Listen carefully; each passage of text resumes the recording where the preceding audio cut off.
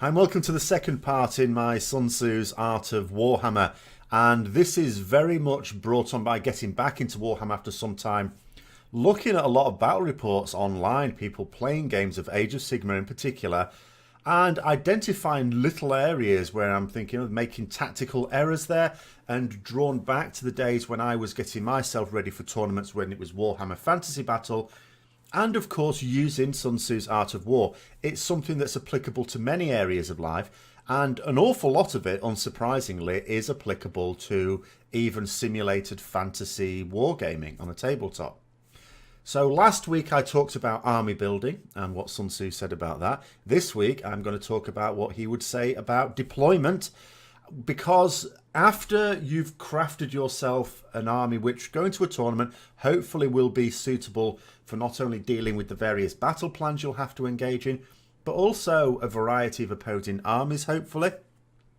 Deployment is the next most important thing. Again, it's something you can do without undue influence from your opponent. Of course, it should be partially reactive to what your opponent is doing, and it sets you up. Good deployment will set you up for grabbing the objectives quickly. It may even cause your opponent to rethink their battle plans if you are not playing to their strengths and potentially challenging their weaknesses. Whereas ineffective deployment can mean one of two things. It might mean that first couple of turns you're having to rectify your errors and therefore wasting time.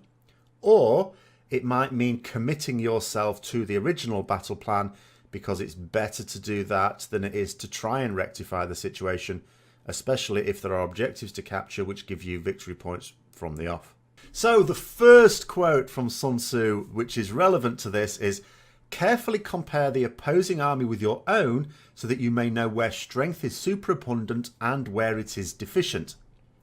So what you should do ahead of a tournament, I would say, is you need to know absolutely what are the strengths and weaknesses of your army. That is absolutely crucial.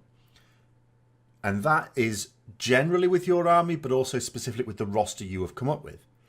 But you should also have an idea of the general weaknesses and strengths of the various armies you could potentially be pitted against. Then when you exchange rosters and you can have a look through it, then you can see specifically what are their great strengths and what are their weaknesses. And you need to quickly decide, when it comes to their weaknesses, how can you exploit them? When it comes to their strengths, you need to be very careful. You need to think to yourself, can I eliminate those strengths? If so, how do I do it? So that's where you start to develop tactics. If you don't believe you can reliably eliminate them, and certainly don't do what some people do and rely on a tactic where you need to get lucky with rolls, because you cannot expect that to happen. So if you can't eliminate it, or you make the judgment that you can't eliminate it, then you need to avoid it. Then you need to decide, how do I avoid that strength? Now, the next quote from Sun Tzu was, the clever combatant imposes his will on the enemy, but does not allow the enemy's will to be imposed on him. So what you need to consider, now that you know what your opponent's got, you've seen the army set up, you've looked at the roster, they've done the same with yours, think about their fears and desires.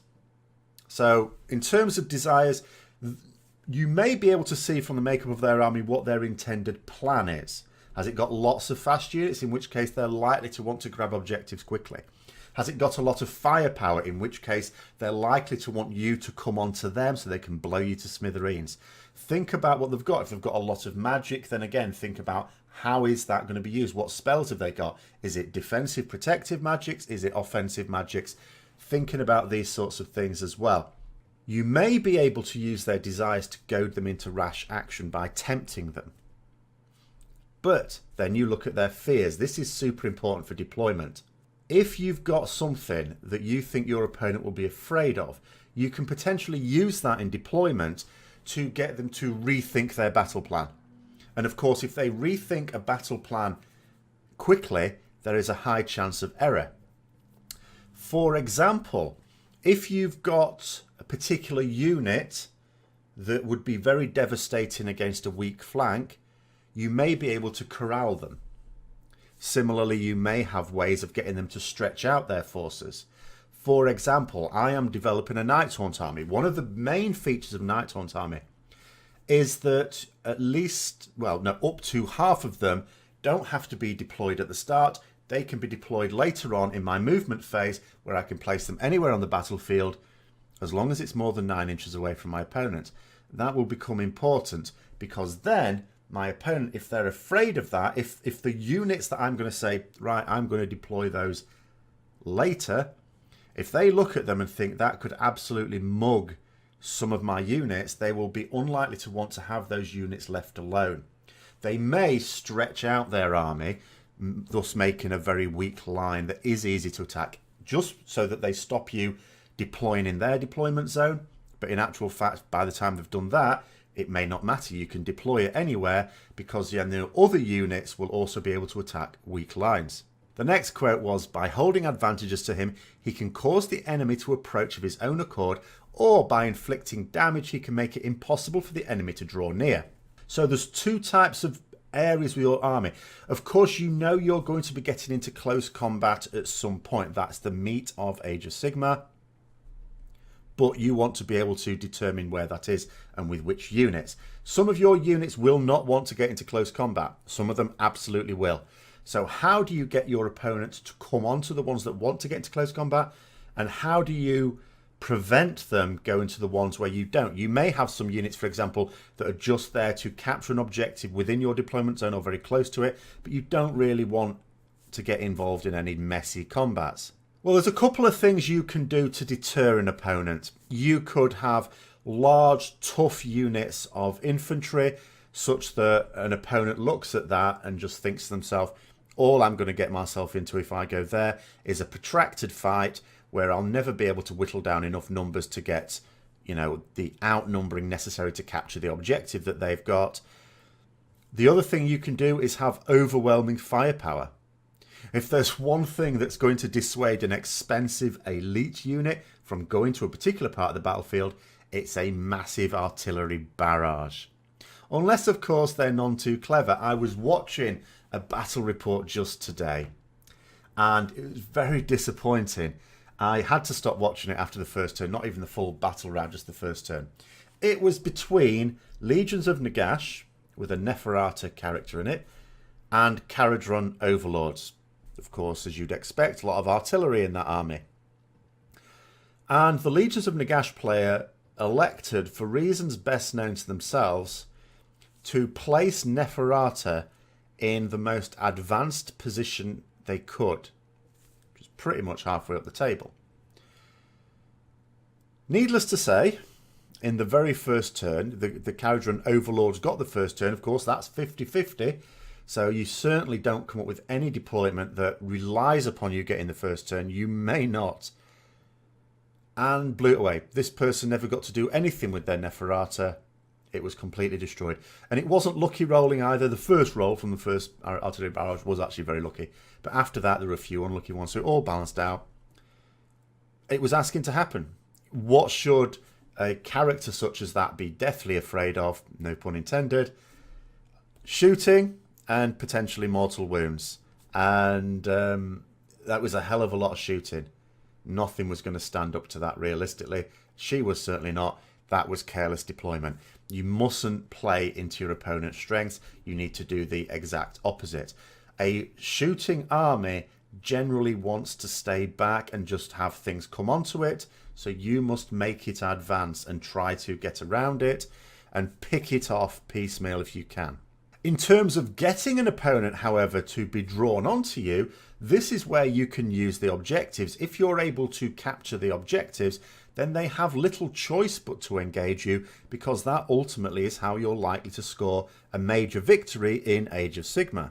The next quote was, "The spot where we intend to fight must not be made known, for then the enemy will have to prepare against a possible attack at several different points."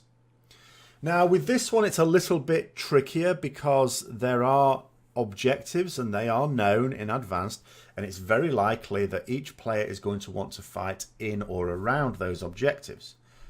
But with some battle plans, you want those objectives as early as possible because you get victory points for each turn you have them. For some of them, there are victory conditions which can allow you a few turns of general movement and combat before you have to worry too much about the objectives, as long as you're not giving yourself a situation where your opponent could easily grab all of them and then win at one stroke. So what you want to do is to take advantage of deep striking units I've talked about before, as well as fast units.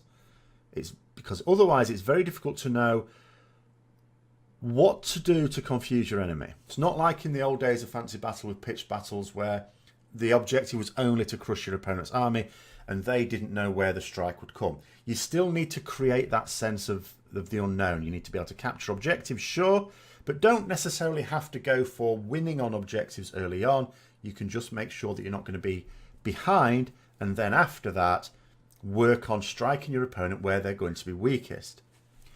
With deep striking type units, of course, you have a lot of options for where to set up. And again, this, if it doesn't affect your opponent, if they don't try and spread themselves out too thinly because they're not going to fall for that, then you need to decide where is the weakest points to place these. But you could also use very fast units. Now, it's quite important with very fast units that when you deploy them, where it's sensible to do so, you give them potential different lines of sensible advance. If you place very fast units right out on a flank, it's fairly obvious where they're going to be going. You're leaving your opponent in no confusion whatsoever. And I'm not saying very fast units must be placed in the centre, but if they are at least placed where you could go for one of two objectives or one or two lines of attack on opposing units, then you create an element of the unknown. And in a situation like that, if your opponent thinks, okay, well, both of those would be weak, in a weak position against it, they'll try to reinforce it. That will then take away some strength elsewhere. Which brings me on to the final quote from Sun Tzu on this one. It's a bit of a long one, but it very much gets the idea across. For should the enemy strengthen his van, he will weaken his rear. Should he strengthen his rear, he will weaken his van. Should he strengthen his left, he will weaken his right. Should he strengthen his right, he will weaken his left. If he sends reinforcements everywhere, he will everywhere be weak. This is the importance of having priorities. Far too often, people might be tempted to try and reinforce everything. They don't want any units to fall at all. It may be unrealistic to finish a battle unless you're going to win it in very convincing form without losing some units along the way, potentially without even losing some characters. You may even lose some powerful characters. As long as you don't throw them away by chucking a fifth of your unit into an artillery barrage before you can even use it, then the sacrifice can be worth it. Focus on the objectives. How are you going to win a major victory in this battle? It is largely determined by capturing those objectives. So, how can you do that and strengthen those areas there? Don't allow yourself to be spread out by an opponent who looks like they're attacking several different lines. Think about the strengths of your opponent. If they look like they're attacking down 3 different lines, which one are you actually worried about? Make sure that that is the one that is reinforced. When it comes to the battle objectives, of course, different battle objectives will have differences in there. But the advantage when you go to a tournament is you'll usually see, I looked at a rules pack for Games Workshop's Age of Sigmar tournaments, the official ones. And of these 6 battle plans in the core rulebook, you have 5 fights, so you're going to use 5 of them. So if you have a general strategy for your army to quickly and grab and hold objectives for all 6 battle plans, of course you will need to adapt it depending on what opponent you get and how they deploy. But at least you'll have a working plan that you just need to then tweak and adapt as necessary during the battle. So I hope that gave you some food for thought in terms of deployment, the art of deployment, the preparations for deployment you can even do in advance. It shouldn't just be a turn up, oh, well, I'll decide how to deploy depending on the battlefield or depending on my opponent. There's an awful lot of things with your army, if you've carefully considered it, that you can actually do in advance and then simply have to be critical of it and change it as and when necessary. So if you've enjoyed the video, don't forget to click the like button, subscribe for further content, share with others who may also be interested. Next week we'll be looking at initial engagement. And until next time, I'll see you later.